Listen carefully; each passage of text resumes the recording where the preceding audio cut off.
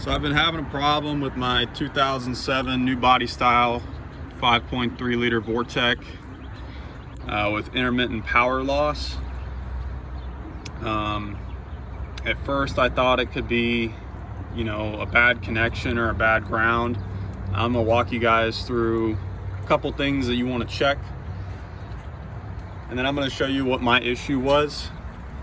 So firstly, my issue was down here where the exhaust manifold, so where the positive ground or where the positive wire goes to the starter.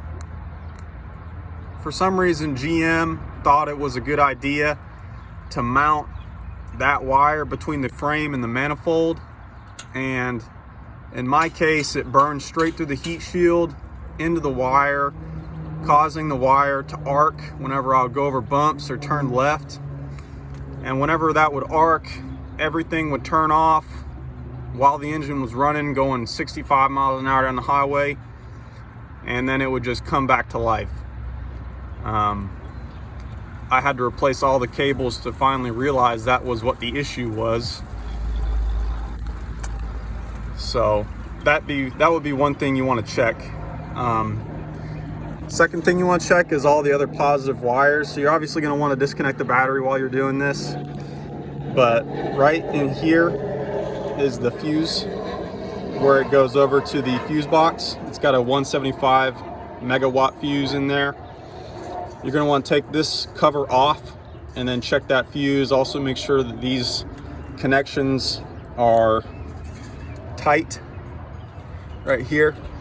This wire is going to go all the way across over into the fuse box right there.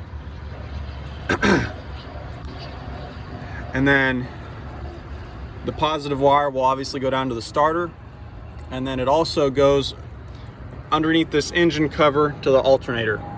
Check that, make sure that's tight. In order to get this fuse box, to get to this wire down here when you're replacing the positive, you're gonna undo these clamps. And the way that you do that is you pull these tabs, and then when the tabs are pulled, you're gonna pull up on these arms. Not all the way, you're gonna bring them up to about probably a 50-degree angle, and then this whole module is gonna come up out. You can get a flathead screwdriver and unclamp these big wires from your PCM, and then this whole thing will lift out, and then underneath you're gonna have this cable, and that leads straight to the battery from the back wall here. Now the ground is gonna connect straight to the engine block right there. That is not just a nut, it's a bolt that goes into the block. You're gonna take that off. I believe it's a 13 millimeter. And then if you follow the ground, there's also a secondary wire that will go down into the frame. In my case, I have a aftermarket bumper, so the ground comes to right here. It may be a little bit different depending on the stock bumper, if you've got a cover under here or not.